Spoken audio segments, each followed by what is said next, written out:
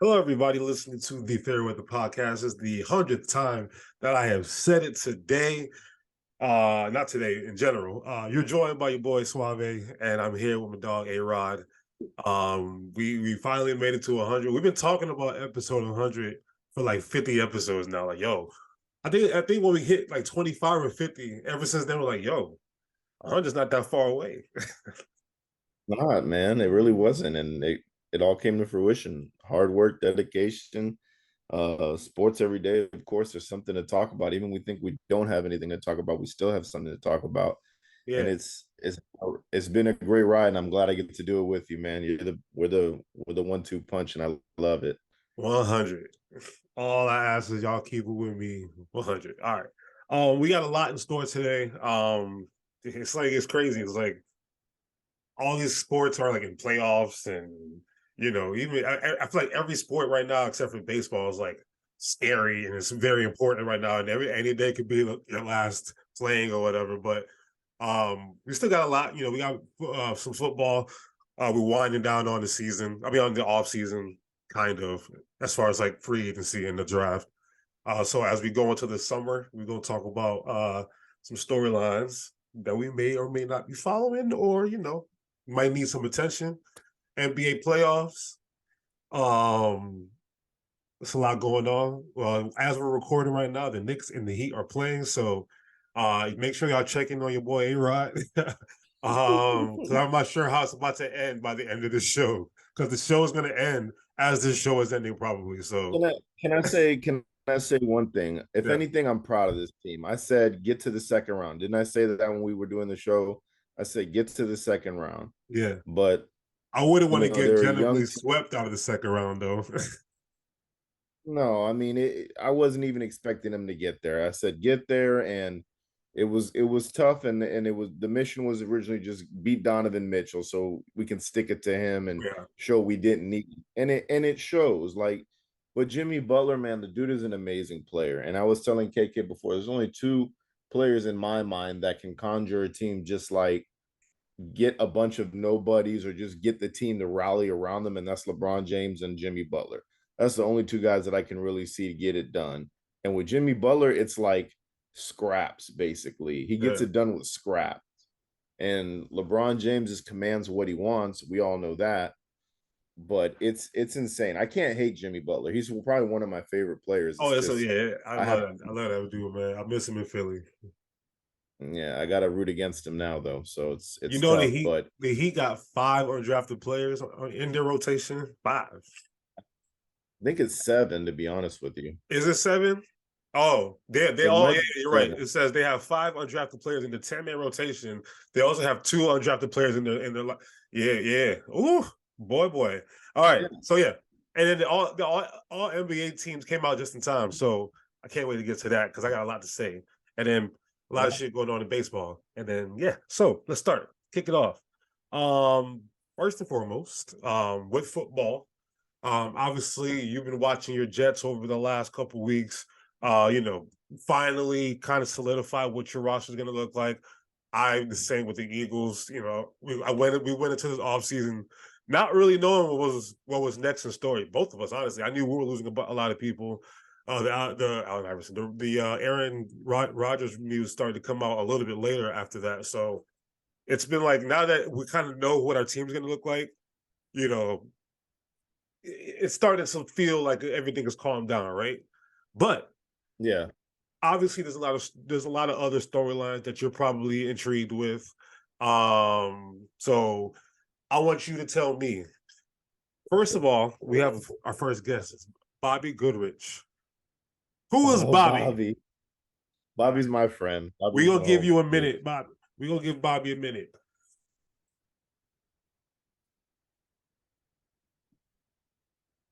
Hey, Bobby. Bobby. Don't threaten me with a good time to talk about sports, bro. Hey, how Bobby, about what's these going Knicks, on? baby? How about the Knicks? How we Bobby, looking? I didn't look in a minute. they're up by 3 at the half, man. Julius Randle hit a three, so we're sitting pretty, man. You're the first caller on our episode 100. Much All right. appreciation. We can't keep you on forever. Obviously, we want to make sure that we get through the show. But My first question to you, because the first topic that we're about to address are storylines that we're looking into or excited about as we head into the true NFL offseason. Now that everything is starting to calm down, give me like a 1 or 2 years that's something that you've been thinking about. Like, man, this is interesting. Well, I'm a Giants fan, so I got Big Blue on my mind. So I'm liking some of these kids that they drafted, and I'm curious to see what they're now, how they're gonna roll with what they did in free agency. So those are my two big ones. Okay. How about Saquon? How about Saquon like not wanting to play on the franchise tag? That's a big one for y'all too. What happens when you get franchise tag, man? Sometimes you want to play, sometimes you don't. And that money, that franchise money for a running back is anemic. And obviously, I don't know how you want to slice it. He's one of your 2-3 best players on the team. Am I correct? Oh, no doubt. So not even like a question. Yeah, and keep in mind I'm an Eagles fan, so I'm coming from a place of understanding because my pop's side of the family is all Eagles fans. So you good? Good job. You picked the wrong side. It's not my fault. And we got a game on Christmas, by the way. So I saw that. Yeah, What was it, like the 4:30 game on Christmas? Yeah, 3:30 game on Christmas. Yeah, there's gonna be some snowballs thrown at Santa Claus. Everybody. And it might be too. Philly, it might be New York, but there's definitely gonna be snowballs. So I think the game's in Philly. Is it? Yeah, I saw that on the Giants post today. It's going to be in Philly. Then I'm sorry on your behalf. It's about to be be a bloodbath. Y'all got rid of that jail, so we good. Y'all got rid of that jail in the fucking stadium, so we're good. So you ready to get locked up? All right, Bobby, thanks for calling in. We're gonna let you go. We're gonna let you go. A-Rod, say your goodbyes, and then it's time for your 5. All right. Bobby, much appreciation. I'll see you Friday, man, for some good steak and some good wine. Can't wait, my man. Sounds good. Where's my invite? All right. We'll go one at a time. Shout so out. you got Bobby's the first one. That's dope. All right. All right. So I have 5 stories. No particular order. I try to put them in order, but they're all very intriguing to me. So there's 2 of them that are homey for me, and then 3 that aren't. So one that I have is what's happening with Dalvin Cook. They keep throwing the idea that he's going to get cut, that he's going to get traded. Obviously, draft day is done, so they can't move him via trade for something like that. It could be for trades for next year. It could be for players now. But there's ongoing discussion of letting him walk or trading him and Alex Matheson, that's his name, Matheson, to be the starting running back in the interim. And everybody who has Dalvin Cook obviously has that guy on the handcuff all the time. So that's a big one for me. And we could also throw the dreadnought in there as well, Derrick Henry. But we don't need him no more. I don't think that's going to happen this year. I think next year will be the topic of discussion for that. The other one that I have is the Quinnen Williams contract. The way the Jets keep putting this out there is like they keep showing the starting lineup with him in there, but he has not reported to OTAs. He's very frustrated that this hasn't been done. They obviously drafted a defensive end that they think may be a replacement for him, but he's not Quinnen Williams. I'm sorry. Like, that's a guy you got to pay. He's been the anchor of the defense. I mean, he started off slow, but he definitely was an all-team first pro last year and a Jet favorite for sure. So I think that's another big one. Tom Brady and the Fox deal. That's another one. There was rumor that Tom Brady may step. Yeah, that's a big one for me. If it really happens, Miami's just sitting there waiting on the phone, probably trying to get him. San Fran probably the same thing, but we'll see what happens with that. This one's a homer one for me. Will the Aaron Rodgers trade pan out, or will it be a flop? I think that's going to be an ongoing story the whole season. Will that be big for the Jets, for my team? Is he the savior that we're asking, or is he going to be, what's the dude that just Matt Ryan type of esque to the Indianapolis Colts? Nah, don't disrespect Aaron Rodgers like that. Come on, I'm not. Matt Ryan, come on, man, we gotta stop that. Anything is possible. I'm just saying. I'm a firm believer that anything can happen. You're back to being a Um, pessimistic Jets fan if you think Matt Ryan. no. I'm excited for football All right, season. I good, really am. good. I haven't said it in a long time. Last year I wasn't, and then I became excited during the season. So the right moves were made, and I'm there. And the last one I have is, how much is this Joe Burrow extension going to be, man? I think we're all waiting to see how much this man is going to get paid. That was on my mind too.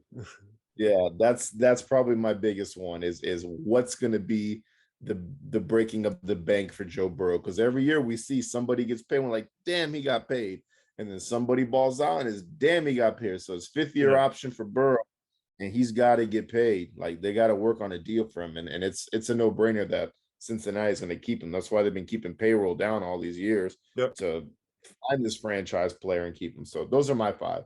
Curious to see yours. That's a good 5. That's a good 5. So I did my homework. Huh?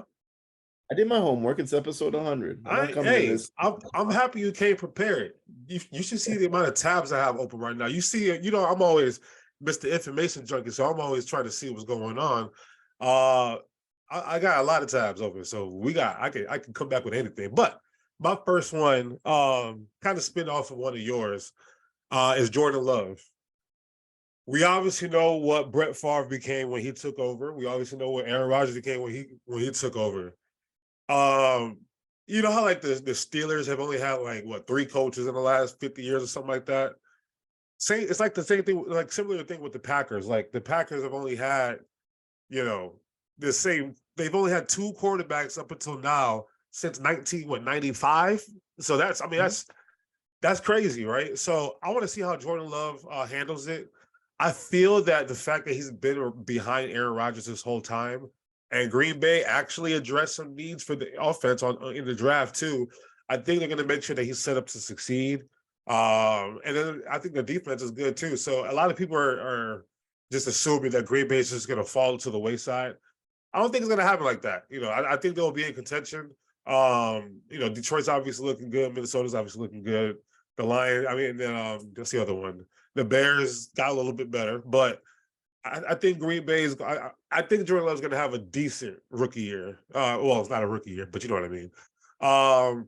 Number 2 for me is the Washington football team in general. Just dealing with you look at the landscape of the NFC East. We got my team. We look pretty good. The Giants got a lot better. The Cowboys are better as well. I believe it. Unfortunately, they're also better. So.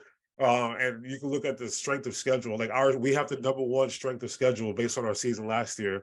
Cowboys got number 2, or 3, something like that. So I'm very interested to see Washington, because the 3 other teams in the division are prospering.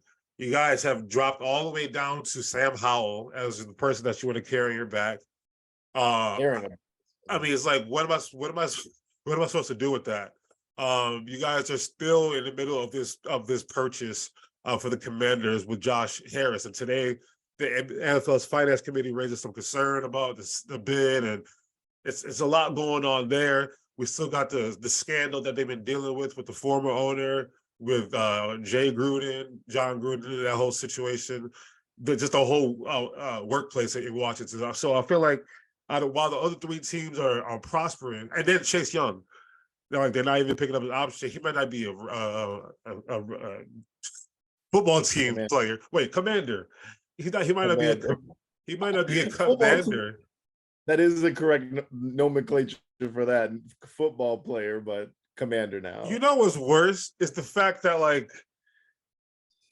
they got the name the Commanders. That's on top, a cherry on top of all the shit they got going on over there.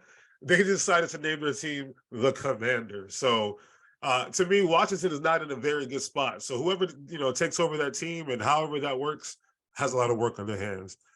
My next one is also another team. It's the Jacksonville Jaguars, because not anything that they've done in free agency or the draft or anything like that, but it's the fact that you can tell that the NFL is very keen on making sure that they're playing overseas, right? And Shad Khan is cool with that. And they literally have 2 back-to-back games, week 4 and week 5, in London. So I bring that up to say, remember NFL Europe back in the day? It was like what the XFL and the USFL are doing now, being like a minor league, that was the official NFL minor league. If you want to put it into context, I think they're really trying to get back over there. I mean, they're playing in what, Germany, London. They play. Mexico. They're trying to expand. They're trying to, and the FL's trying to expand, but that's going to be a pain in the ass because then you gotta like, if they want to make it, because I remember there was a rumor they want an expansion team in the UK, but think how dumb that is. Then you got to fly from the US for one game in the UK, and you got to fly those guys back. Like, we're just burning fuel like nobody's business. Like, do we not care about that? Or the Seahawks are flying 31,388 miles this next coming season. It's like, damn, that's a lot of damn. Whoever's putting on their credit card for like for flyer points, mile points, or whatever, they getting broken off right now. But yeah. So I'm just very interested to see the future of the NFL as they look to do this expansion. Obviously, London is on their mind. Germany is now on their mind. They realize that they got fans out there. So I'm curious to see. Sean Conn doesn't strike me as somebody who really gives a shit. If he says he's moving the team to London, he will move the team to London. So, and we'll have to see how that works with passports and players, and this could create a whole mess. Like if comparing it to basketball, you know how Toronto plays. The Raptors play in Toronto. I heard like it's always like flying in and out of Toronto is always like a thing that they have to deal with because you are flying across country lines. So how's that going to be going to London, who are not our neighbors, or Germany, who's not our neighbors? So I'm very curious to see how this whole situation is going to play out with them. Number 4 I had was the rookie quarterbacks.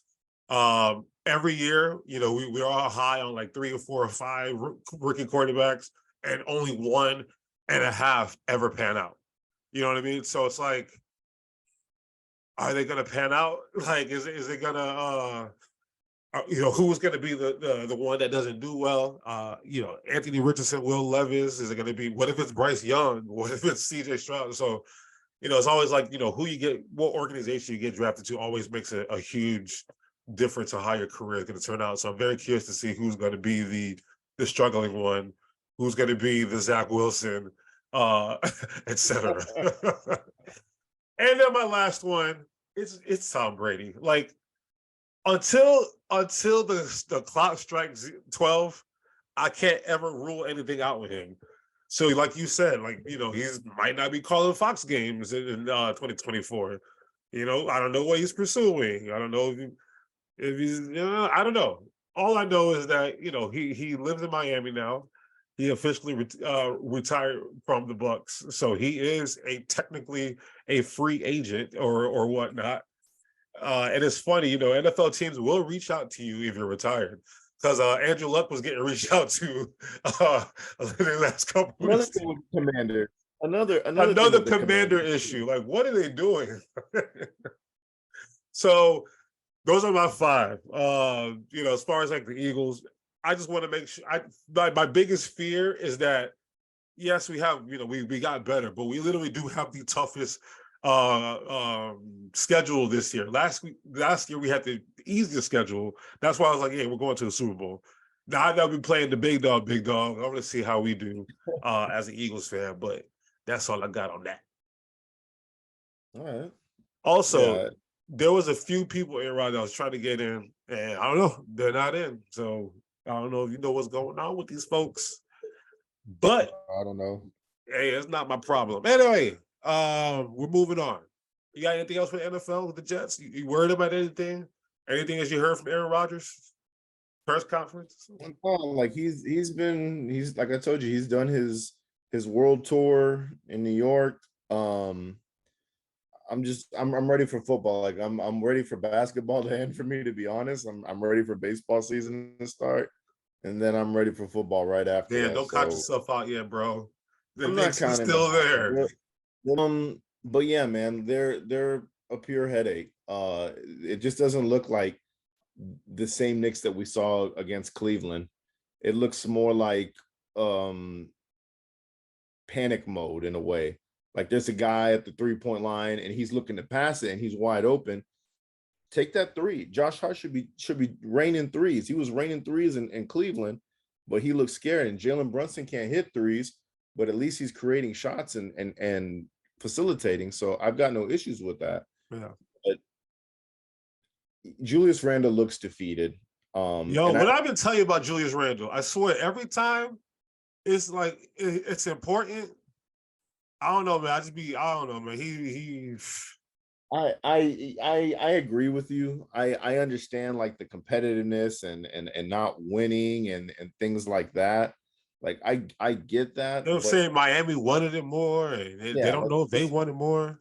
That wasn't a good look, and that doesn't mean we need to get rid of him. That's not my opinion. Julius Randle's just frustrated because I'm sure if he was 100% healthy and his ankle wasn't messed up, same with Jalen Brunson and Emmanuel Quickly's out too now. So like all of that's just paying on it. It's like we're almost there. We're right there, but we can't get it. And I don't know, Thibs and his lineups that he puts out there. I don't get it. I don't get some of it sometimes. So all right. So from my perspective, obviously it looks like you guys are going to cruise on to game 3, but we know you can't ever count out Jimmy Butler. But that is where I start with this series. It's Jimmy Butler. It begins and starts with Jimmy Butler. Like, the dude, the way he's able to use psychological warfare to help his case, to be able to dominate you on the court is ridiculous. He does it on social media. He does it in your face. He does it wherever you need it to be done. He gonna get it done. So, Jimmy, he's been a big reason why this has been going well. Now, if I'm looking at this game right now, correct? I mean, what's the box score look like? Who's been carrying y'all like, from what you've been seeing? Jalen Brunson, of course. Guy that I is. Of course. I know, and RJ Barrett, I have no complaints. Stephen A. tried to say, "Oh, I'm disappointed him." RJ Barrett's been doing his thing. RJ Barrett has played the third fiddle like you need to be and step up to be the second fiddle. Like you can't expect everyone to be like, I don't know, Klay Thompson, Draymond Green, and Steph Curry. That's just they've been doing this for a long time. Yeah, but no one's expecting that. That's a lot. But I mean, but as idiot Knick fans, that's what they're expecting. They're expecting to see things like this.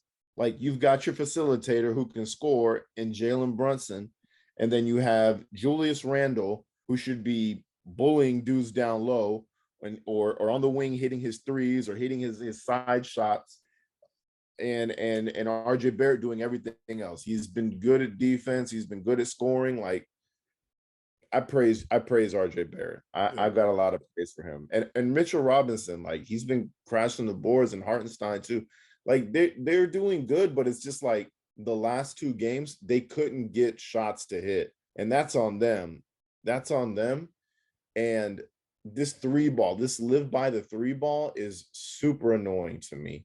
That's what kills me. Is like, I know, but it bothers me as much as watching big men in low top sneakers. Those are the 2 things. That's the one that bothers me. That bothers me a lot more because, again, I was told as a youngster, "Hey, big man, you're getting post." Like I'm like, okay, like yo, you can't be wearing those. You need to have the high top, so your ankles be. I'm like, okay, sir, thank you. Like I didn't know.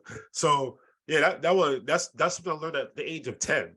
And these grown ass men just trying to be cute with their sneakers and shit. Pause. And it's not worth it when them ankles go out, especially when you play for like Tom Thibodeau. Woo, he'll run up ankles and knees to the ground. Exactly. But Jimmy Butler is the X factor for sure. Like he gets this team going, and he's making Caleb Martin into a great player. Like Caleb Martin is Jordan lost another one. and Jimmy Butler's tutelage of Caleb Martin is just amazing. And everybody wanted to write Kyle Lowry off, but Kyle Lowry is doing just fine. Like this team is like a team that. This is what's crazy about Jimmy. We don't talk about Jimmy Butler in the regular season, but when he's in the postseason, we don't shut up about it. You know why? That's because he's smart. He figured out how to do load management the right way, not the Kawhi way. Kawhi, he does load management and then he comes back and drops 40. And he puts so much effort into getting that 40 that his knees won't get healthy. Jimmy, on the other hand, he give you his bare minimum before, he ramps it up as the season goes along, and then playoff comes, he's in playoff Jimmy mode. So you got to be smart with your load management, and I think Jimmy got that shit down to a T. Now, that transitions me to the next series somehow, the Philadelphia 76ers versus the Boston Celtics, Tony Sports. I hope you can hear this. 3-2, baby. We did that shit in your garden, in your shit. So just so you know, we'll see how tomorrow goes. But yeah, I ain't talking my shit yet because we haven't won the series. But the reason why I love this team is one guy. And I love all my guys. Max, PJ Tucker. PJ Tucker is the second or third greatest glue guy I've ever seen. Like, they got Draymond Green, like the guy who's not the best player on the team, not even close. Draymond Green is, the glue that keeps that shit together. Dennis Rodman, what he did for Detroit, and then what he did for Chicago, you can see he was part of that engine to keep that shit together. Now you got this dude named PJ Tucker. And it's like wherever PJ Tucker goes, they get to the conference finals. The Rockets, the Lakers, not the Lakers, the Heat, the Bucks win the championship. And now us, I don't know if we're gonna get there, but I will say the energy and effort that he brings to that court and how he injects it into like the rest of the team. Like, you can see Joel Embiid running from half court to go block Jaylen. I mean, LeBron blocked Jaylen Brown's layup. LeBron blocked it. And that's a big man doing that. And he hit the ground, into the pylon and shit. So, like, that effort, he probably wouldn't have done that. Like, the last time he would have done that, that's why I did the transition, is when he had Jimmy Butler. But he don't need Jimmy Butler no more because he has PJ Tucker now. Like, Embiid needs somebody who's crazy and psycho enough to know how to just rattle your shit just enough, and then he gets you going, and then you realize, damn, I became MVP this year. Thank you, PJ. Damn, like, we might have to get to the conference final. Thank you, PJ. It's what we also preach too. It's the right veteran on your team. Like, not he's 38, y'all. He's LeBron age. Yeah, but he knows his role. He's not going out dropping 20 points a game. He's there to lock down a guy, grab some rebounds, play the center role when Embiid's out at 6'6", and stand in the corner and take threes because that's all he's going to make. Listen, I want y'all to one day just watch just watch the first or the fourth quarter of PJ Tucker and just keep your, don't, as much as you can, keep your away from everybody else and just watch PJ Tucker. And then you'll see why he is so strategic as to where he's going to be on the court at all times. I mean, remember that game that he played a couple weeks ago? He had 0 points and 0 field goal attempts and played 37 minutes. 37 minutes and didn't even attempt one field goal. So, and his impact was still felt. So when you have somebody like that, he's obviously not as skilled and as good as Jimmy Butler, but I think that's all we needed in our locker room is a PJ Tucker type of person, like a dog to kind of awaken that shit in Embiid that he needed. So, and then Maxey, that's my dog. James Harden, he single-handedly won us 2 of these games. I might need him tomorrow. We'll see how that goes. But yeah, I'm proud of these boys. Now, again, there's 0 way I could count out Boston. I mean, it's not like, they were down 3-2 to Milwaukee last year and did the same shit, came back and won, made it to the conference finals. So they could very well be headed in that direction. But I mean, we got to see. Now, we posted the question on the page, who's going to be under more fire, Monty or Mazzulla. What's your assessment on Mazzulla, and do you think this is we're just kind of being too heavy on him, or what? I think it's you're inheriting a team that works, and it's your first year doing it. So I feel like he's safe. Because he's been in that. This is his first year as the head coach, and he's been there with Udoka, and he's safe. I don't think there's any way they get rid of him.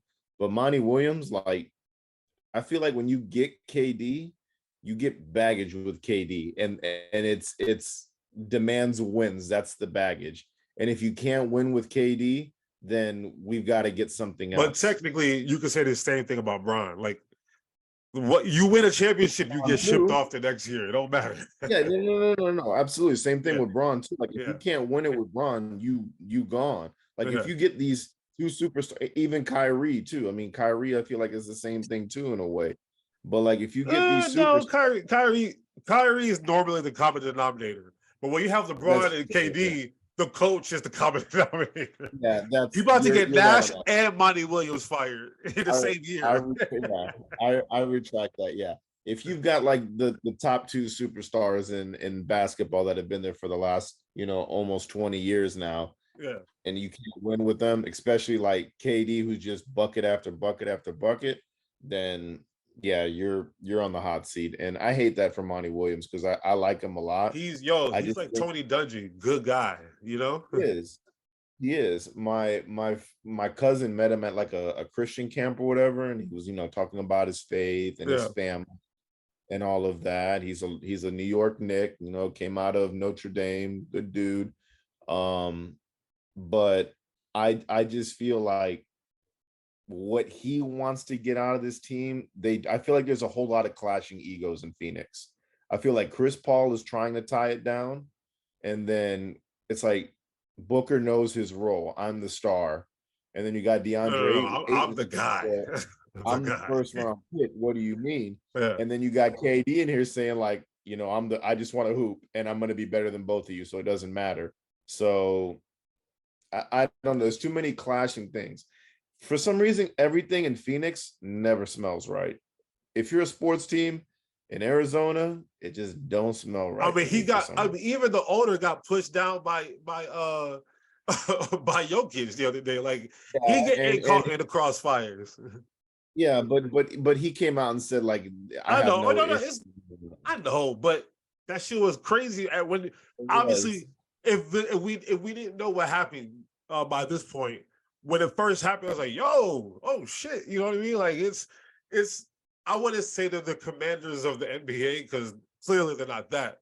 They have some kind of success, but lately it just hasn't been smelling right. You know what I mean? And it's like it's all look at the Clippers for how many years, right? We knew who the problem was. It was Donald Sterling.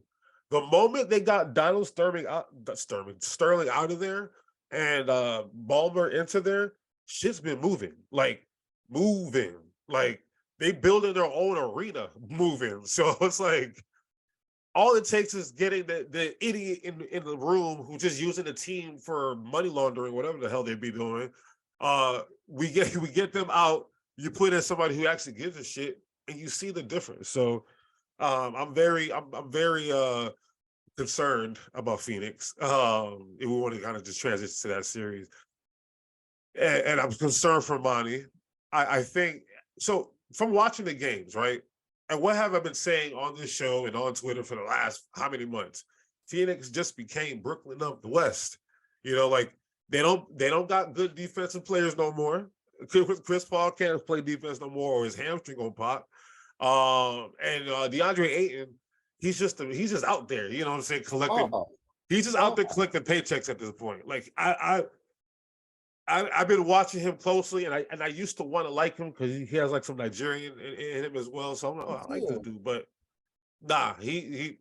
And remember, against that NBA Finals series against against Milwaukee, that playoff, DeAndre Ayton was a dog. Like he was doing well. I was like, yo, they might have themselves like a like a broke David Robinson. You know what I mean? Like they might got somebody, and I feel like he's been ever since him and Phoenix kind of fell in love with each other. Clearly, they're not seeing eye to eye. He wanted to. I mean, Indiana was there for him for the taking, but I think, I just don't think. I think they need to clear out the room and kind of start over. Chris Paul is about to retire soon. DeAndre Ayton needs to get the hell out of there. You don't have a bench anymore. Campaign is trash. Are you going to pay Terrence Ross money to come back and just do what he does? TJ Warren, y'all don't even want to play him in the playoffs. I think they need to just hit the reset button, personally. and build around Oh. DeAndre Ayton. Devin Booker and Kevin Durant. Or you go get value for Kevin Durant, who's also an aging superstar as well, and you build around Devin Booker and call it a day. Like, build around him like you did for like James Harden. When James Harden was a Rocket, they gave him a team that made sense. He made it to the conference finals, should have made it to the finals in 2018. So Phoenix just need to blow that shit up. And they still have a chance to win the series, but they need to blow that shit up. Personally, I think, like you said, it's Brooklyn 2.0. I think the Nuggets, they're a good team, man. Like, they're a really good team when you watch them play. They're together. Everybody knows their role. And it can be either Porter or Gordon or both. or both. Yeah. I mean, Bruce Brown off the bench to be that third option. Yeah. And I think with Phoenix, it's going to be unfortunate for Monty Williams. I just feel like he's got too many egos to manage in there. And the one that has the least amount of ego, in my personal opinion, is Chris Paul. I feel like Chris Paul wants to be a mentor. I would beg to differ. I would beg to, if you hear stories about Chris Paul, we love, he's point guard. Everyone loves point guard because they're the shortest players on the court, right? So it's easier to kind of relate to them. For what I've heard about Chris Paul, he's an asshole. Like, you know how they say you don't want to beat your heroes. If your favorite player is Chris Paul and you beat him and he's having like a slightly kind of disappointing day, for what I heard, he's not the person you want to talk to. I mean, if you think about it, he plays kind of dirty. You can see it on the court. Yeah. Well, then scrap what I said. I feel like then he has too many egos that he's got to way too many. Way too many. You've got we went through them already, but then you have Kevin Durant. I think they were sitting pretty with what they had. They just needed to bring some more pieces in there. Yes. But just like Dallas, we hit the panic button. There's this superstar we can go and get, and it didn't work. And I'm not praying it doesn't work, but I also I don't like KD. I feel like KD just finds the quick way to win every year. He goes for the quick way to win, and I'm like over it, man. I know you can say LeBron does the same thing too, but LeBron's been out the playoffs. No, it's not the same. It's not the same. It's definitely different. It is definitely different. Like, I feel like KD there was no reason for him to go to the Warriors, but he went, and he gets a ring. Like, who's gonna say no to KD over Harrison Barnes? Yeah, it's almost as bad as Tobias. Don't do that. Shout out to Harrison Barnes, by the way, but yeah, don't do that. No. Anyway, to kind of continue on your, are we gonna take people in here? No, like, let them in. If we have people, put them in one at a time, not a whole panel like that. If I don't know who you are, you need to announce yourself. All right, because put your name on this so we know who you are. Because I know Nick wants to call in after the game and talk to us a little bit. So you talking to the screen like it's live. We ain't on YouTube, dog. No, I'm just saying. No, check me out. KD is 34. Mikal Bridges is 26. Cam Johnson is 27. So those two superstars, in my opinion, I'm sorry, that word is used too loosely. Those two young stars. So I think Cam Johnson could be a star, and with the team that they have, they got some star potential. Mikal Bridges about to enter his prime. Cam Johnson entering his prime. KD is at the tail end of his prime right now. So it's like, and Chris Paul is a shell of himself when he's actually able to play. And like I said, when is he going to get hurt during the playoffs? I didn't say if. I said when, because we know it happens every year. It's like he did something wrong in college. He kicked that dude in the Family Jewels area, and the basketball guys were like, "All right, bet we're gonna shut that shit down for you." So he wasn't thinking long and hard enough, and he finds himself cursed. So even with him in the lineup, maybe Phoenix wins Game 6. This team don't got the heart at all to win a game. No, I don't. Not Game 7 in Denver, and the altitude is different. So You huffle it in. You come from that Phoenix desert heat to where the altitude is too high. It's like, it's gonna be rough. It's gonna be rough. Yeah, I just there's no bench, and we've been saying that all along. Like even when we saw the last two games that they won, it was the Some of, KD and AD but Booker they show. got. I mean, that game, T.J. Warren, Terrence Ross, they finally showed up. They were finally allowed to be on the court. So if they don't know how to use their bench, the bench is not as talented, and then they don't know how to use that bench anyway. So that's kind of where how I feel about that. But yeah, it's I can't really. Denver and 7. All right. Let's go back to the let's keep it on the West Coast. The Los Angeles Lakers versus the Golden State Warriors, and all I can say is that I am so happy. I mean, not happy, proud, not proud. What's the word I'm looking for? Where I'm like I'm trying to be like the opposite of proud, but to you, like I'm here to make fun of you. I'm here because I enjoy your pain. What is that? Narcissism. That's not narcissism. All right. Whatever the word is, obviously Golden State has been a dynasty over the last 8 years now, and it's fun to hate on dynasties. I don't have no beef with Steph Curry. I love Steph. I love Clay. I love Draymond Green. But I just hate the fact that they're a dynasty, and I want to break that shit up. Because if it ain't my dynasty, I don't want that shit to exist. So it's like when the Lakers were a dynasty, when they were winning 3 in a row, and I was like, man, after Lakers, because I was a Sixers fan, we lost one of those. When the Boston Celtics in the 60s were winning all the championships, I'm sure a lot of people hate Boston for that exact reason. Same thing with the Yankees. So, I'm happy to see the dynasty kind of breaking it apart a little bit. There's blame that can go around, and there's credit that can go around. But for Golden State side, my blame, I don't know who to blame, but Jordan Poole has something to do with it. I feel like everything that's happened with Jordan Poole over the last 365 days, Jordan Poole's life has been a legit roller coaster. Like last year, he came up out of nowhere and he started balling.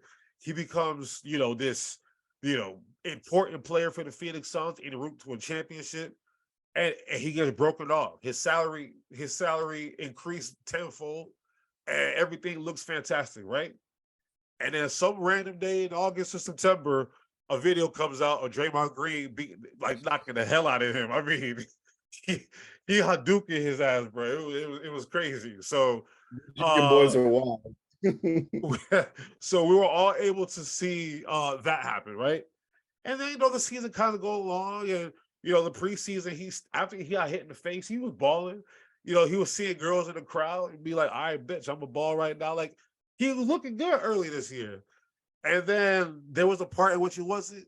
And then he was looking good again. And now, when the rubber needs to meet the road, Jordan Poole has disappeared from this series. So, and you see him on the sideline, the way he argued with his coaches, and it's like, now I see why you got punched in the face. Like the way his facial expressions are and shit, like he gets on my nerves. His body language gets on my nerves. Then and then because he only played 10 minutes in game 5 or whatever, he's not answering questions. He has his back to the media and shit like that. So I feel like whatever happened with Draymond Green and Jordan Poole back in August, September, or whatever, that shit's still lingering until now. And that's what I give blame to. I mean, they were like, what are they on the road? Like 10, 9, and 40 or whatever. Like, they can't. When you win on the road, you show the strength of your team. And I feel like they've lost their identity. This is not the same Golden State as a year or two ago. Yeah, I missed the original Golden State before KD ever got there. Like, it was a lot more fun. Now it became more political or some shit. So yeah, that's where I'm at with that. But yeah, Lakers in 5 or 6. Let's go, LeBron. But on a positive, let me get. No, go ahead. My bad. I'll get to LeBron and them after. I mean, I was going to say the same thing. Is everybody on that team knows their role, and I feel like maybe he got a big head from last year. It looks like you're drinking the 100 sign. Hey. By the way. I was drinking that 100. Ooh wee. I'm about to brand that. Maybe he just got a big head from last year from how much he contributed to that team. Yeah. And of course, it led to a payday, and it led to the talk of him taking over the reins for a Steph, for taking over the reins for a Clay, for taking over the reins of Draymond and being the next calling him wave. the other Splash Brother. Yeah, they were calling him that. But then it comes down to know your role. And those guys have known their role for the past, 10 years they've been there? Yeah. They've known their role. Yeah. So they never had a guy who was, I guess, not the word I'm not looking for is like interfering with what they've created, but he kind of is. They always had guys. They dealt with this shit right before the dynasty started. Like Monte Ellis. You know, he could score. That's what he could do. Jordan Poole, he could score. That's what he could do. But him, the way he scores, the way Monte Ellis scores, it didn't vibe with how Steph and Clay were going to be. Like, it didn't make sense for their offense at all. The reason why Durant fit in so well, all he does is he just plays he runs the offense like it's supposed to be ran, and then he's wide open. I get the argument from Monte. I got the Warriors here, and we beat. Who was it that they beat? Was it the Jazz with that one team when they were like the 8th seed or whatever, and they beat the Jazz and they were like the Jazz with when Barrett Davis, Aldrich Kirilenko, yeah. They beat the Dallas Mavericks.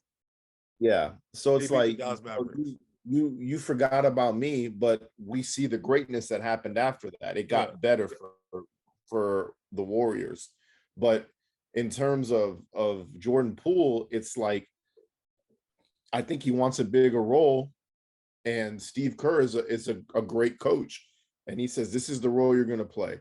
You're not going to be the guy who's scoring 30 a game. It was a lucky streak last year, but if we ever have issues with this, and I feel like they've tuned the roster for him to be there in those roles, but now you have to take him out because there's something going on with him and the way he's feeling. So you see Kuminga come in a little bit more. You see all the other guys come in and play. Yeah. So I don't know. Who he needs to talk to? He need to go check in with Jamal Crawford and Lou Williams. Like, and Manu Ginobili. Like, those three right there. In our era, in our generation, I would say those are the best 3-6 men, right? Ginobili. Well, James Harden, kind of, you can't really count him as one, but him too. But in our generation, it's been Ginobili, it's been Jamal Crawford, it's been Lou Will. He didn't go take advice from them. Like, think about it. Ginobili, to me, was better than Tony Parker. All right? To me, I'll go Tim Duncan and then Ginobili. But, Tony Parker had to be the point guard, and the way Popovich runs his offense, Ginobili had to be the guy off the bench. So, and he helped them win championships. I mean, Tim Duncan left with 5 of them, John. So I think Ginobili got like 4 of them. So he need to go ask some advice. Like, how do I make this shit work? Because I want to make it work. It's a dynasty here. Let me make this work. So that's but it also comes with being mature. And I feel like Jordan Poole, I feel like we don't talk about all the shit that's endured with Jordan Poole on the Warriors this year. We fixate on Clay, Steph, and Draymond. But as you should. Exactly. But a lot of these issues are stemming from Jordan Poole is what it looks like. So something's not smelling right there. And I think the Warriors are a smart enough organization to be like, listen, this is the way it's going to be. Either you want to be here or you don't. And if not, Jordan Poole can go be a superstar somewhere else. Who's y'all's like 4th or 5th best player in your opinion? On whose? On the Knicks. On the Knicks? Obi Toppin? Imagine Obi Toppin is holding up your locker room en route to a championship. You'd be pissed off, right? Like, I would be. Why are we holding up this shit for Obi Toppin? You know what I mean? or Mitchell Robinson. Like if it was R.J. Barrett, Brunson, Julius Randle. Okay, obviously that we need to make sure the superstars are happy. If Obi Toppin is causing shit in your locker room, you get rid of Obi Toppin. I think Jordan Poole will probably get traded this summer if they don't find a way to come back. If they lose in 5, he getting traded for sure. If they lose in 6, we'll see. And we'll see how he plays in that game 6. If they win the series, then there's no more conversation about this anymore. So to me, Jordan Poole's career with the Golden State Warriors is in limbo. Say, you know how it is right now with you know how no one talks about what's Dylan Brooks no more. Like we're finally done with that story. Like he was you know how you get 15 minutes of fame?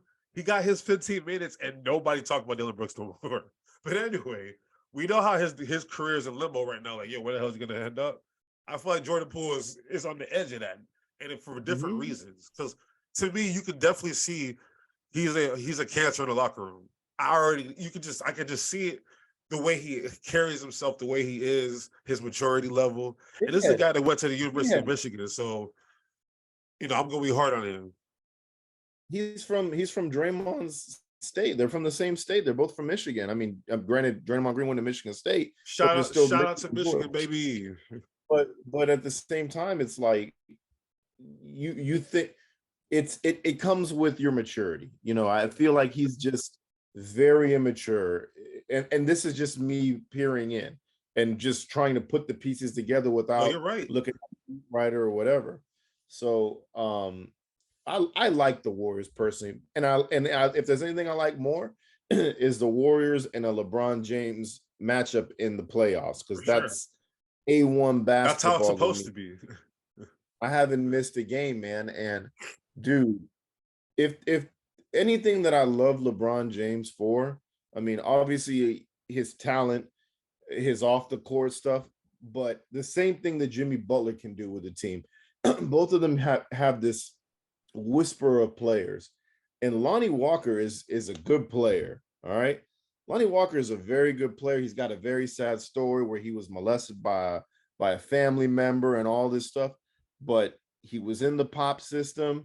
He thrived in the pop system. They just could not get a superstar level out of him, but he was a good role player. And LeBron James knows that. He said, come on to LA. And he played a lot of time in the regular season, but not in the playoffs. And when his name was called, he was ready. He was ready. Let me tell you about LeBron James, because obviously I've been watching LeBron James for more than a third of my life. I've been watching LeBron James. It's crazy. We'll see. Anyway, LeBron knows IQ level, want to, and like talent, right? Like he knows how to separate all of that. IQ level is where LeBron needs on his side. He needs an Austin Reeves, an IQ level of 1,000. He needs, that's why him and Rondo vibe on the court. Like Rondo's game is similar to Russell Westbrook's, and somehow they made it work with Rondo. You know what I mean? Like that's another story for another day. But I don't know. Like everybody right now, was it 92-88? 92-88. The Knicks are up in the fourth quarter, 7 minutes and 38 seconds to go. A-Rod is not looking good right now. He's looking at the camera, not too happy. So Julius Randle literally just did what Ben Simmons did to Trae Young. His confidence is shot. He must be hurt. Let's go. His ankle is hurt. His ankle is really messed up. Yeah, like he's second guessing himself. That's just how it works. Yeah, but anyway, I love what LeBron and them is doing. I got to give a huge shout out to Darvin Ham, and Rob Pelinka again. Rob Pelinka is not he didn't win Executive of the Year, which is cool. The Sacramento Kings got it, whatever. But to me, Rob Pelinka pulled off a heist in the month of February. So big shout out to him. And then Darvin Ham, he comes from that Milwaukee Bucks culture, where they all learned how to coach under whatever that system was, Budenholzer and all that. And they're pretty decent coaches. So huge shout out to what my dog LeBron's doing. Maybe y'all won't start talking about Steph Curry over LeBron on Mount Rushmore. What the hell is wrong with y'all? Yeah, that was What the stupid. hell is wrong with y'all, man? Stop that. If he ain't one, he won't be. All right? That's all I'm saying. That's all I got. Now let's quickly just run through this all NBA team situation. Shit. First team, we got Luka Doncic, Shai Gilgeous-Alexander, Giannis Antetokounmpo, Jason Tatum, Joel Embiid, MVP, baby. Second team, we got Mr. Stephen Curry, Stephen Curry, Donovan Mitchell, Jaylen Brown, Jimmy Butler, and Nikola Jokic, the two-time defending MVP before my dog MVP got that. All right. And then third team, Dame Dollar, De'Aaron Fox, LeBron James. That's his 19th All-NBA selection. Julius Randle, shout out to the Knicks. They got one in there. And Domantas Sabonis of the Sacramento Kings. Off the rip, I'm going to tell you where I'm pissed off at. De'Aaron Fox being a third team All-NBA player is preposterous. Like, he needs, I'm sorry, Donovan Mitchell. I'm sorry, Steph. Shai Gilgeous-Alexander. I'm sorry. Out of that list this year, it's been Steph and it's been De'Aaron Fox. And then you can start talking about, I mean, no offense to Damian Lillard, like, for real, like, him too. Like, he was great, but, like, it's like I don't know. All I'm saying is that De'Aaron Fox should have been a second team, maybe first team. Like, I don't understand how Shai Gilgeous had a fantastic year, and his team didn't make the playoffs. Like, they did not make the playoffs. They made the play-in. They didn't make the playoffs. De'Aaron Fox he won Clutch Player of the Year. He was selected as an All-Star. I mean, he led the court for the league in fourth quarter, like clutch time points. Like, how is he not first or second team? That was my biggest that made me pissed off. Other things that stand out, Embiid, shout out to him. Jaylen Brown, now he can get that Supermax deal from Boston because he's an All-NBA player. So if he wants that back, even though I don't think Tatum and Brown, I think something don't smell right, and I think Mazzulla got a lot to do with that. But I think they're a little off. But he can now get that max contract and go get paid. Jokic, I do want to say, I've been watching to see the Phoenix Suns lose, obviously. So I've been watching Jokic. Jokic is a bad boy. Like, I've never seen anything like him. Like, his dad was nice. I mean, not his dad's. I'm thinking of Sabonis, but I think like Arvydas Sabonis was nice, right? Like, he was similar, but he did all that shit in Europe. He got to the league to the NBA when he was like, what, 35, 36? So it's like, he was just a freak. Huh? He was a slob, and like the Joker's a slob, but he's athletic. Yo, he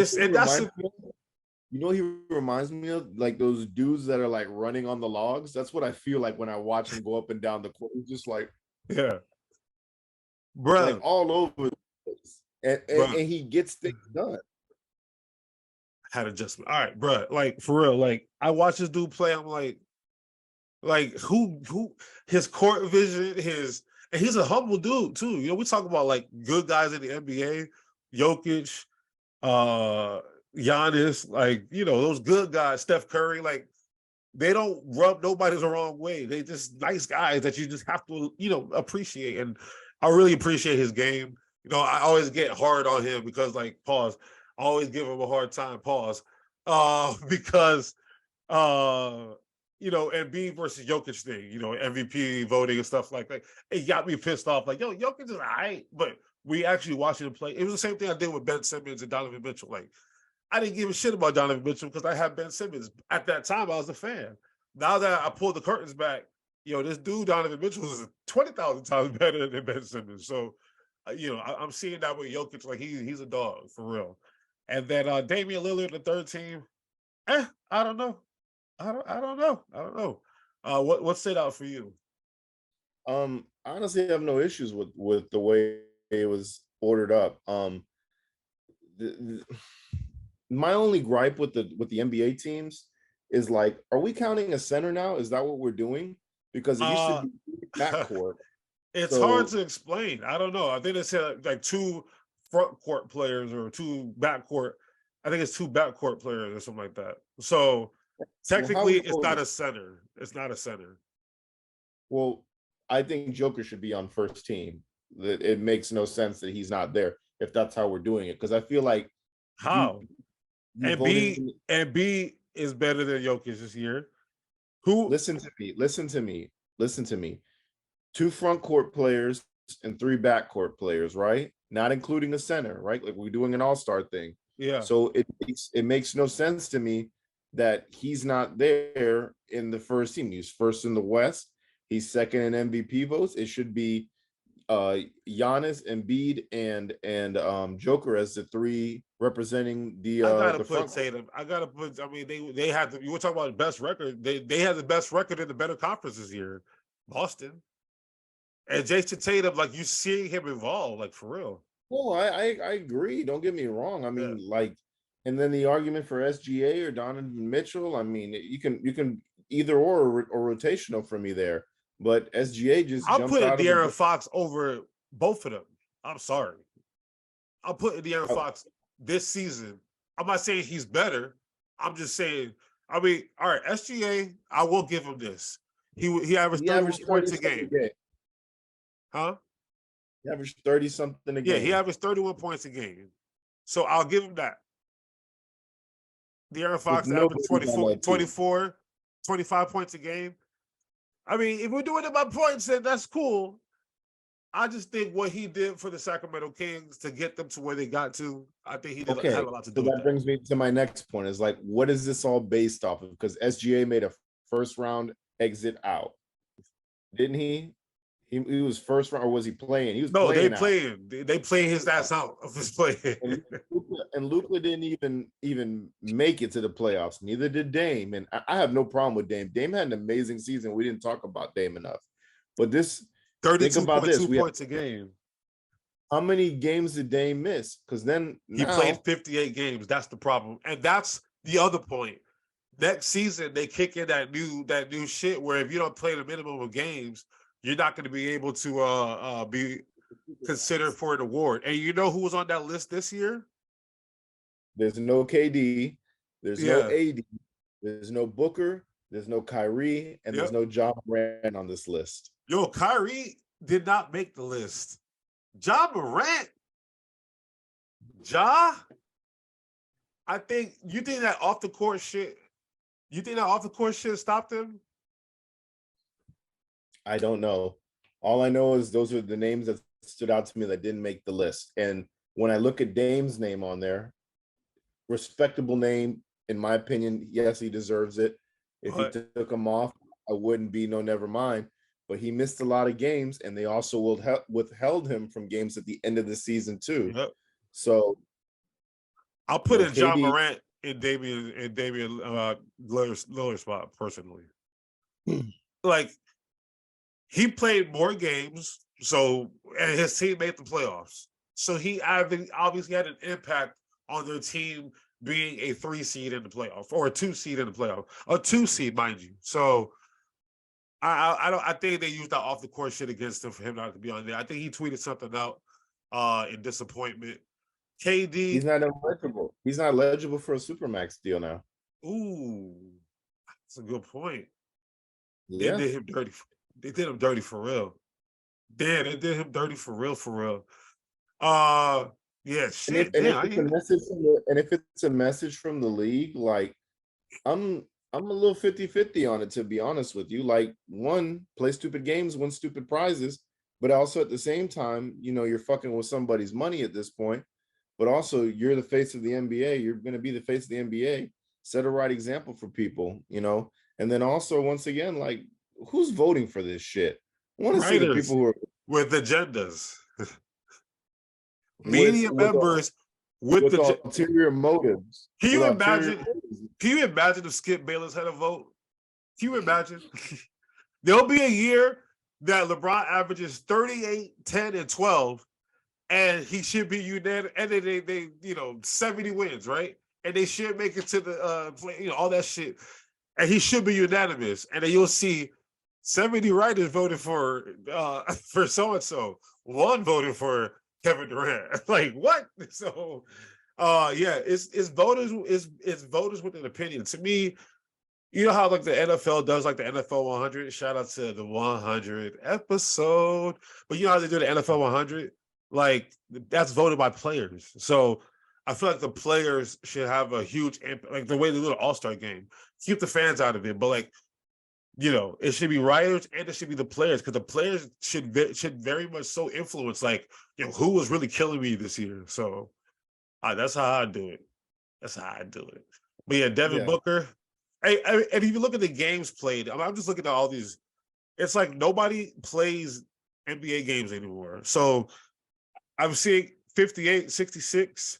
I've only seen 174. That was Jason Tatum, and another 73. That was Trae Young. Outside of that, shout out to Julius Randle, Zach LaVine, Anthony Edwards. There's some people who want to play, but these people who are getting in the first, second, and third team, they ain't playing 79 games like Anthony Edwards. They ain't playing 77 like LaVine. So this is going to be something next year when they change that rule, because like we're going to start seeing somebody like an Anthony Edwards win an award, getting an all-NBA team, because Donovan Mitchell don't play this much. Kawhi Leonard, like think about it, it's gonna get explosive. It's gonna get explosive when they make that rule. But shout out to LeBron James, 19th all-NBA team. Yeah. Anybody else you felt like it was left off that was a surprise to you? No, I gave you the list. I looked at the list and I went through the NBA and I was like, well, these are guys I thought that would possibly make it.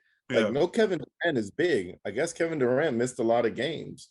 So Durant ended up playing. Maybe that slip in Phoenix really hampered it. Yo,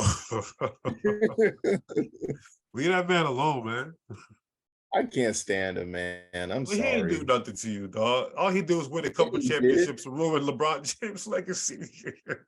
He ain't come to the Knicks. That's what he did to me, man. I'll never forget that. You would never get over that, huh? Nah, I'm over it. I just don't like. I just told you. I think he's a cop-out player. I respect his game, bro. He's scary. I respect. You know that meme. I respect your game. I didn't know you had that much. That much. Whatever. Let's see. This year he played 39 plus 8 games. What is that? 47? Yeah, that's not gonna get it done, son. You can't make no all NBA team playing 47 games. I'm sorry. So with that being said, he didn't deserve to be on that list. Sorry. So Kyrie maybe, but definitely not homie. Not. All right. Kyrie. Let's before we get to our top 100, not 100, but our 100th episode celebration, we do want to get into a little bit of baseball real quick. Obviously, that's A-Rod's favorite sport in the world. So I want to make sure he's getting properly attended to. Now, what stands out right now is that both of our teams are near the bottom or at the very bottom of our divisions. Which one of us do you think need to hit the panic button first? The New York Yankees or the Philadelphia Phillies? So we didn't start off the show with a crazy sports stat that we heard this week. Ooh.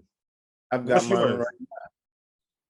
Every team in the AL East has a better record than the teams in the Central. The Central, yeah, I know. Mm-hmm. Meanwhile, Correa's getting his ass booed, which he should. He stole their people's money. He stole them people's money. Oh shit, he got blocked big time. But who should hit the panic button first? I'm not hitting the panic button. Like it was inevitable for us to suck, because one, we had to go against the Rays, and the Rays take advantage of teams where they're literally like a lion that sees a wounded zebra and they just destroy it. That's the best example I can give. You know what I equate the Rays to right now? I was so happy that I remembered it, because I wanted to make sure I said it on the show today. You know how their analytics and shit, right? I feel like they're so advanced with their analytics right now, they're being ran by ChatGPT. Like their front office is literally being ran by, like, think about it. They fleece everybody. Like, if you know how Howie Roseman has been nice and shit, but low key, go look at what the Rays have been showing. Like, they be fleecing people for nothing. Rosarena for nothing. Glass, they just be fleecing. So I definitely want to give a huge shout out to the Tampa Bay Rays, but continue. Yeah, but they definitely see where they need to take advantage of, and they do it. They're good at that. Yeah. And you win by all means. You win by all means. Yeah. But no Aaron Judge, no captain there, no head scorer of the team, home run leader, second batter. Can I push back real quick? Do y'all not have like one of the highest payrolls in the league? We do, but so why are you we paying have a all lot these of players if they can't step up for somebody who's hurt? I know Aaron Judge is amazing. Because Volpe isn't getting paid, Bader isn't getting paid, Trevino isn't getting paid, Torres is getting paid and he's stepping up and he's playing. Rizzo's playing and he's stepping up. Hicks isn't getting paid. I can run through the list, but a lot of the guys that aren't getting paid. But that check is being ran up.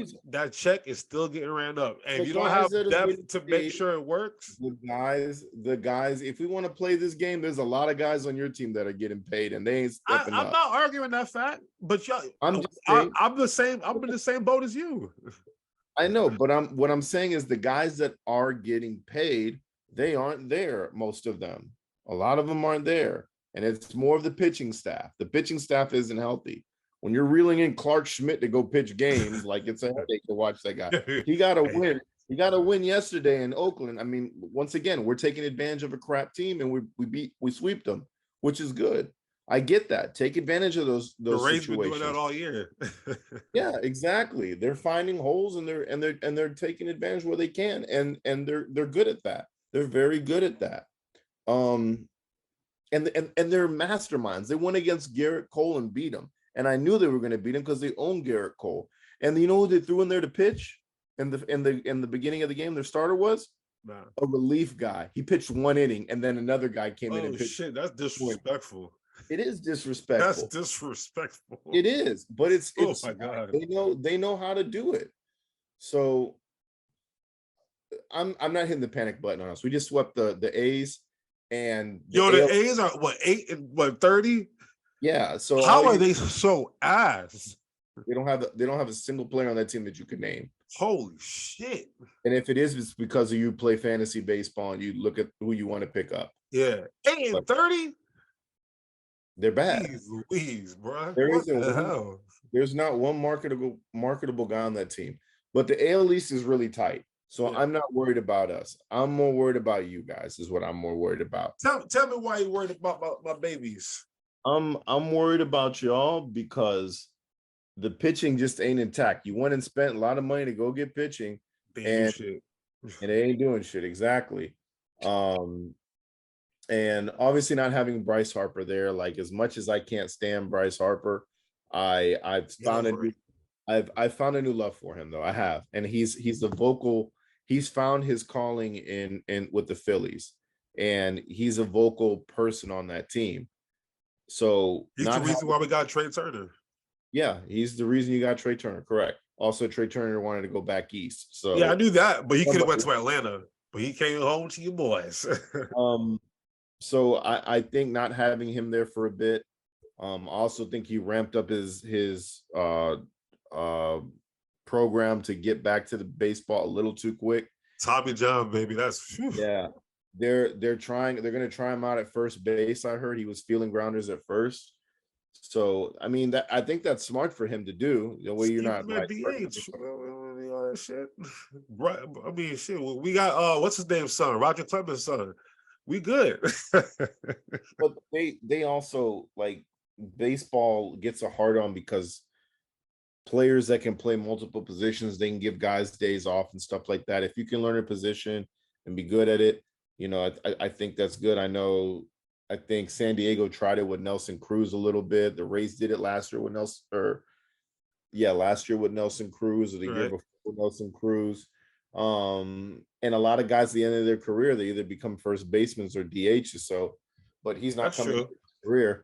When they start getting fat, we go right to first base. Yeah, that or if you're getting older, like first base, just catch and go. That's it. But I think y'all are more in a panic situation because Nola's been regarded as a Cy Young candidate. Yeah.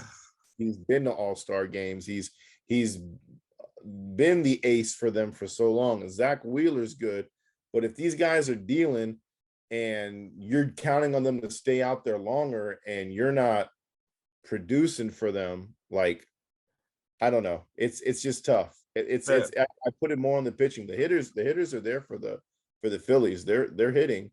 You know, you're getting what you expect out of Schwarber.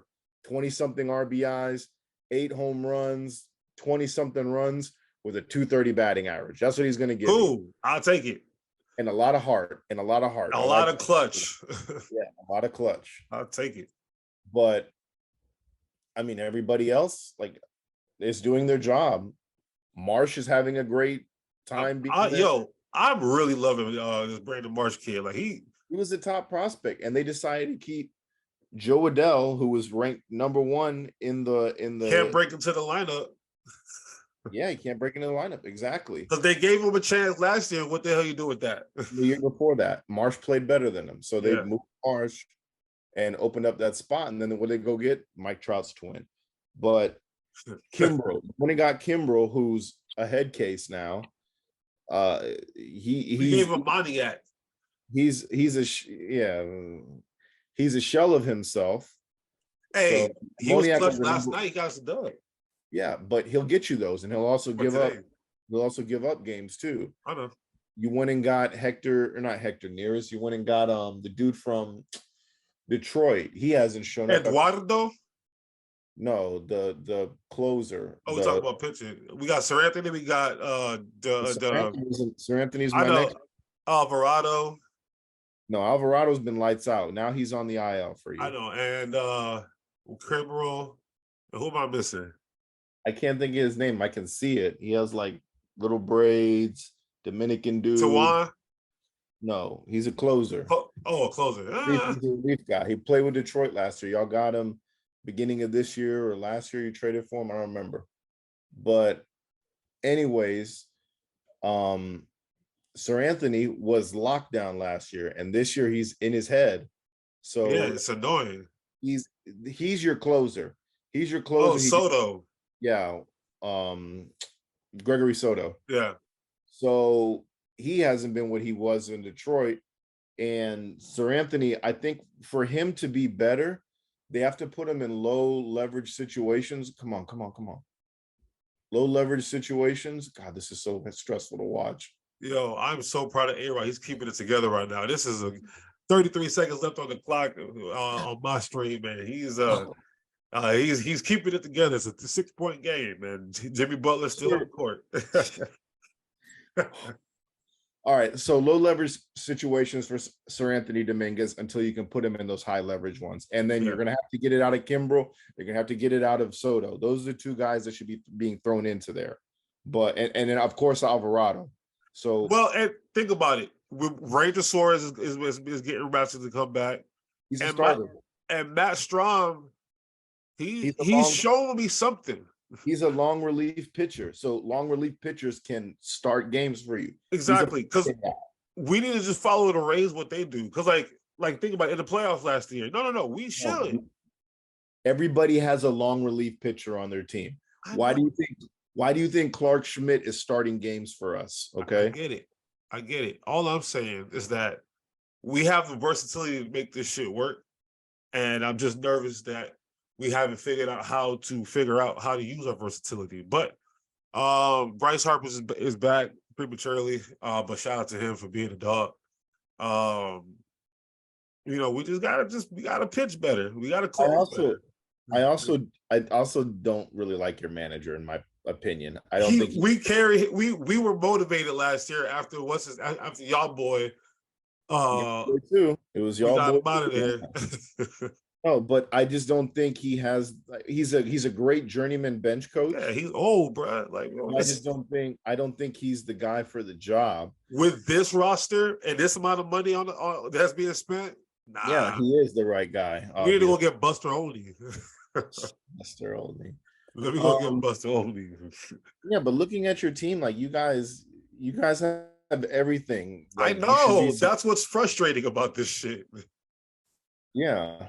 So it's I also mean, what's his early. name? Bryson Stott is batting like 300 this year. He was batting like he had like an 18 game like hit streak at one point.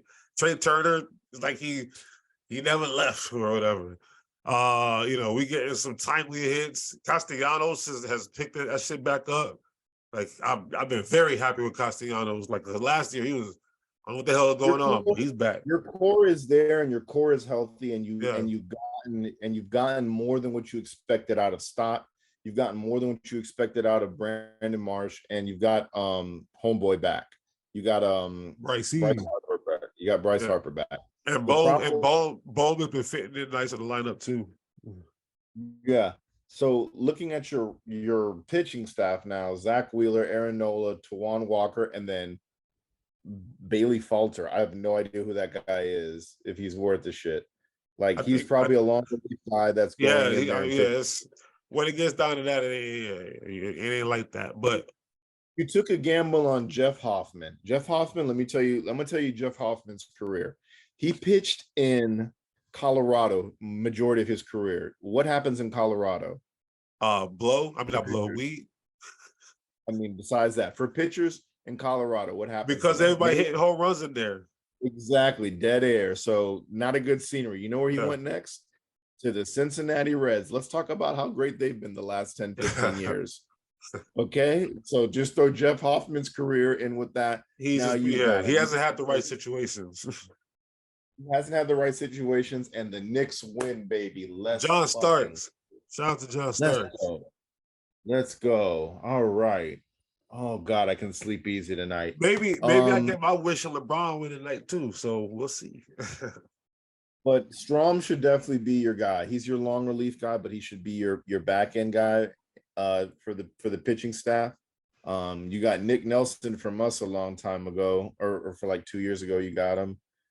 He's definitely a long relief pitcher. But long story short, you're hitting the panic button on us because of what? The panic button on y'all because looking at your record, let's see. You're in the same boat as us. The NL East is very tight too. I mean, the Braves are. Yeah, you could easily leapfrog anybody. And we just got to get on a roll like we did last year. We went on a roll. The AL East is tied right now between the Yankees, the Blue Jays, and the Red Sox. We're all tied with the same record right now. Basically. Yeah, a second, because y'all know who's gonna finish first. Yeah, I mean, anything is possible. Anything is possible. Baseball is a weird sport. People can go hot, people can go cold. So, to be honest with you, I'm not pulling the panic button on either team. If you want my honest opinion, okay. I'm not putting. It's too early in the season. You start panicking once All-Star game comes around. If All-Star game comes around and you guys aren't producing and you're at the bottom, then we got problems there because there's a lot of picking up and momentum we got to get there.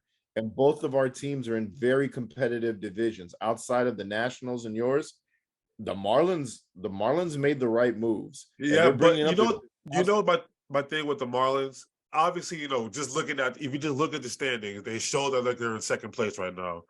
But the way I see the Marlins is that they're going to finish them off. They're going to finish 500 regardless. The Mets have room for improvement. We have room for improvement. The Marlins will finish 81 and 81.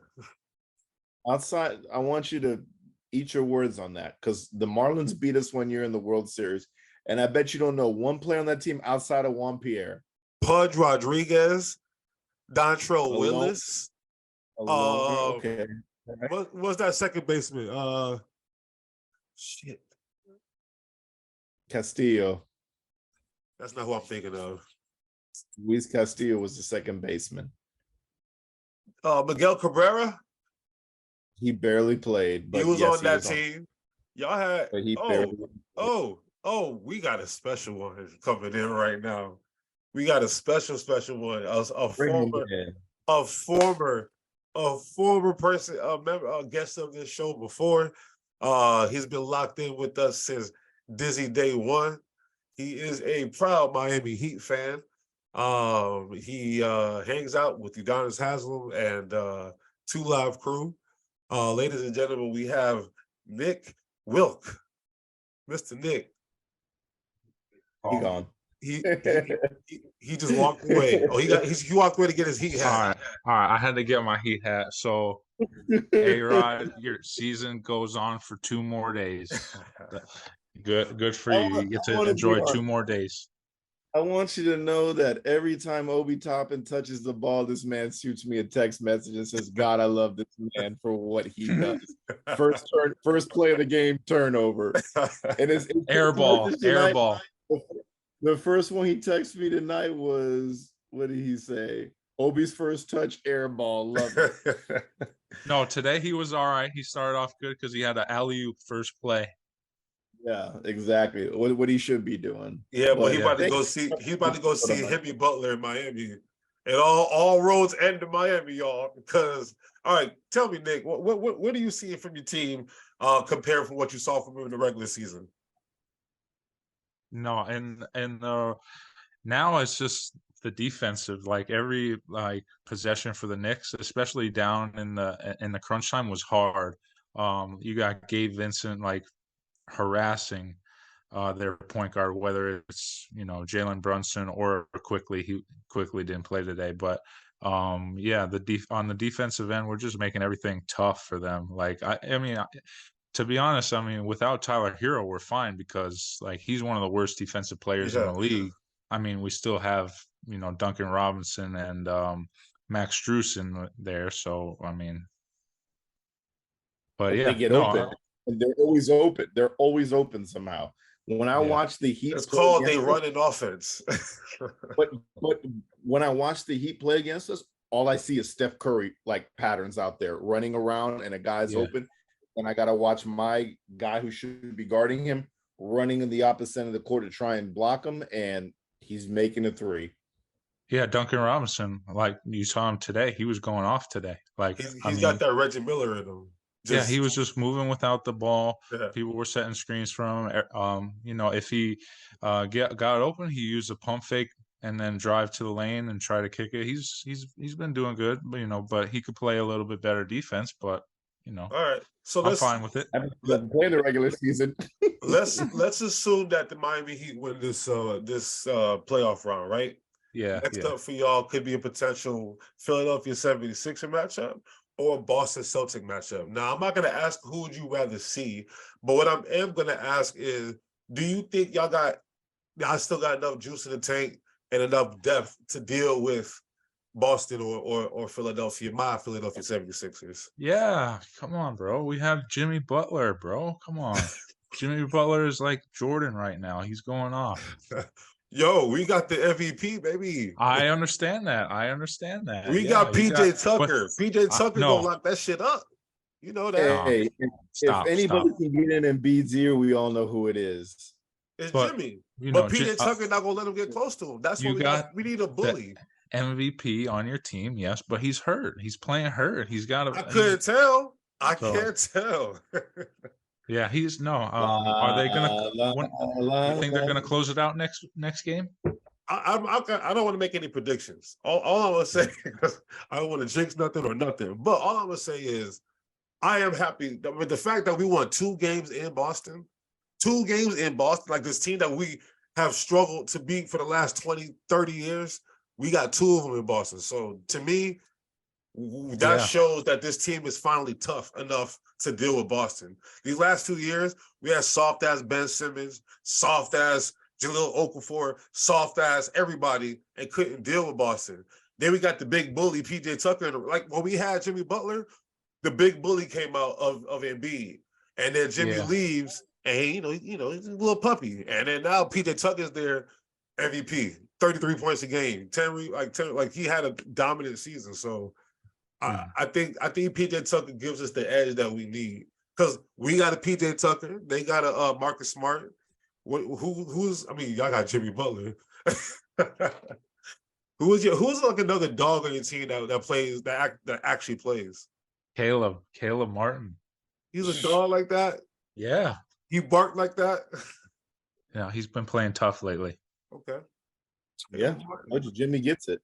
We're thinking about changing this podcast name to the Humble Podcast just because we don't want to be too flexing on our team. So, hey, no, you guys, you got your teams in the playoffs right now, man.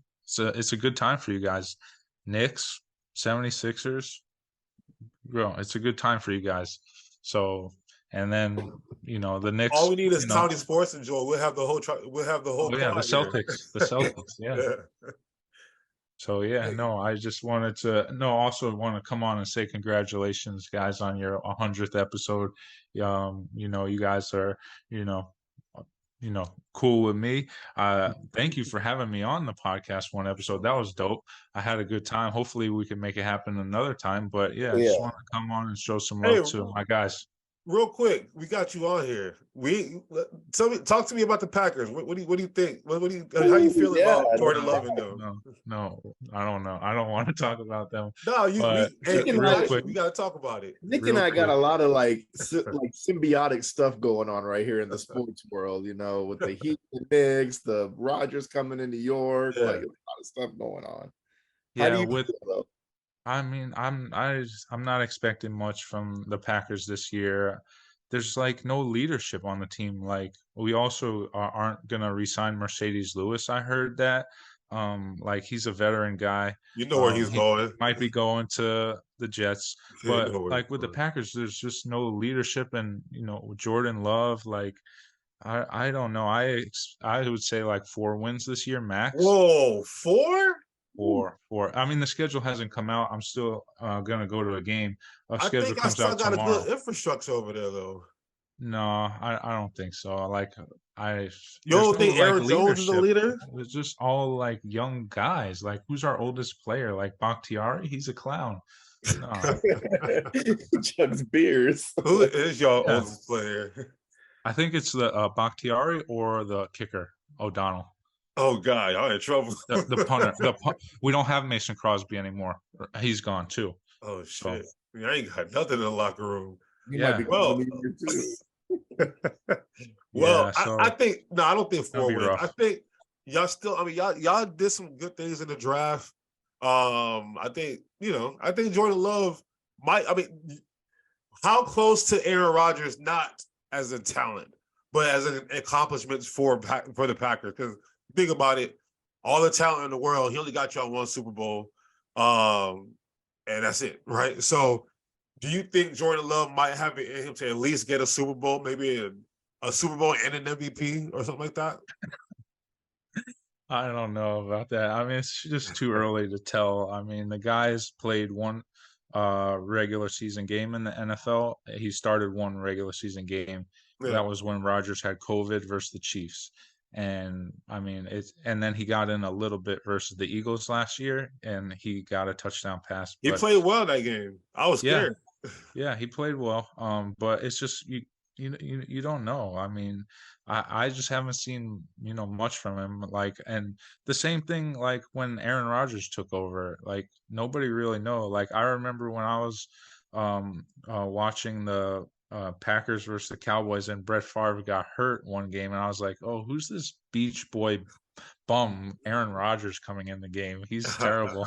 And look what happened to him. Look what happened. So, I'm hoping for Jordan Love to progress quickly. Hopefully, maybe turn into a Pro Bowl quarterback. That would be really nice, because look what happened with Jalen Hurts. He's progressed really quickly. Look what happened with the backup from Baltimore. He's a Pro Bowl, quarterback. Yeah. But so we'll see. It's going to be a rough season, but I'm still diehard. I'm still a cheesehead. All right. You think you think Aaron gonna do well in New York? Yeah. What's his ceiling? You think Super Bowl is the ceiling? Yeah. AFC. That's my AFC team now. The Jets. That when the Wow. Packers when the Jets come down to Miami, I'm definitely going to that game. I'm A-Rod, going. you might have to come to that game too when I'm they definitely come going down. that game. I'm Okay. definitely going that game. So You know the Jets play the Eagles this year too, right? yeah, It's at the Meadowlands. on Black Friday. I might slide up. I might slide up for that. I'm not gonna lie. Oh, okay. That's gonna be a good game too. The schedule comes out tomorrow. Tomorrow, Tomorrow. Yeah. So my if you want to birthday. save money, KK, oh yeah, you botched that. I was gonna wish you happy birthday at the end of the episode. But anyways, save money. We can go somewhere and watch it and bring the masses as opposed to flying to the Meadowlands in the middle of nowhere, New Jersey. You right? Because it's gonna be cold too. Yeah, I might just keep my ass down here. We probably have a little episode there or some shit like that. Yeah, we'll do that. We'll keep it. I'll start game planning like I'm game planning my wedding. So, yeah, we gonna do that. That would be How's your dope. wedding? When's your birthday, KK? It's in an hour and 45 minutes. Oh, okay. Okay. Well, Yeah. yeah, bro. Well, happy birthday. Good luck to the Sixers then. Thank All you, right. man. It's a special day. I can't say the same to you, A-Rod, but just enjoy the rest of your season for the next, 24 or 48 hours. Okay. I expect the text message Friday. Don't worry, bro. I expect it. Okay. All right, guys. All right, Be man. safe and good to see you guys. Take care. All right. Yes, sir. Get out of here. All right. Bye-bye. Bye. All right, Mr. A-Rod. You might just go ahead and just talk about our memories on so far in season. We're still in season 4 right now, but we hit episode 100. What's been your memories and favorite moments? I mean, I think we both feed off of each other well, and I'm glad that you and I came together to do this. And we push and pull, and one day you're like, do this more, and I'm like, we need to do this more, but we always come together in the middle. And if there's anything, is like, neither of us is overbearing of one another. This is our child. We made this together. Pause. So pause, super pause. But this is our baby, and we can have people tell us whatever they want on the outside looking in. And I love that we've stayed original to what we like and what we want to do, and we change it the way that we want.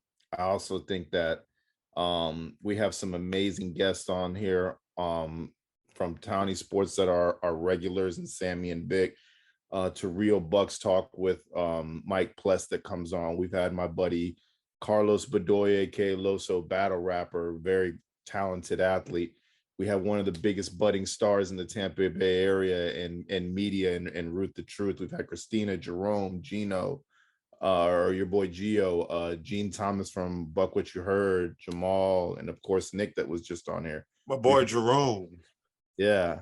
So it's just been good to collaborate with them. And one thing that I want to do is get even more guests on the show. So I'm on the hunt now to find good people to come on the show and do it. But if I don't have a good moment to really that sticks out to me, because every show, like, I'm thoroughly ready to go every time. I'm texting you like, what's the game plan for today? Like, I think Jamal was trying to join the call, by the way. Bring him in. I know, like an hour and a half ago, because that was at the time in which I was just rejecting everybody. But I did see a name pop up that said Jamal. Jamal, my bad, bro. If you're listening, my bad, bro. Everybody, we try to do it, and y'all just got too crazy. Yeah, we I don't know. We fucked up. We fucked But up. y'all ain't gonna hear none of that, just so y'all know, because that's about to get edited out. So yeah, but it's been a pleasure, man. Like, I've been waiting for this day. I think we talked about what we're gonna do for episode 100, and it said let's go out, let's celebrate, and we're just gonna stay home. But because that's how the Knicks win. LeBron's playing later, and your birthday is tomorrow, so that's a big thing. So we got my always things are what's next. So there's things in works that I'm working on.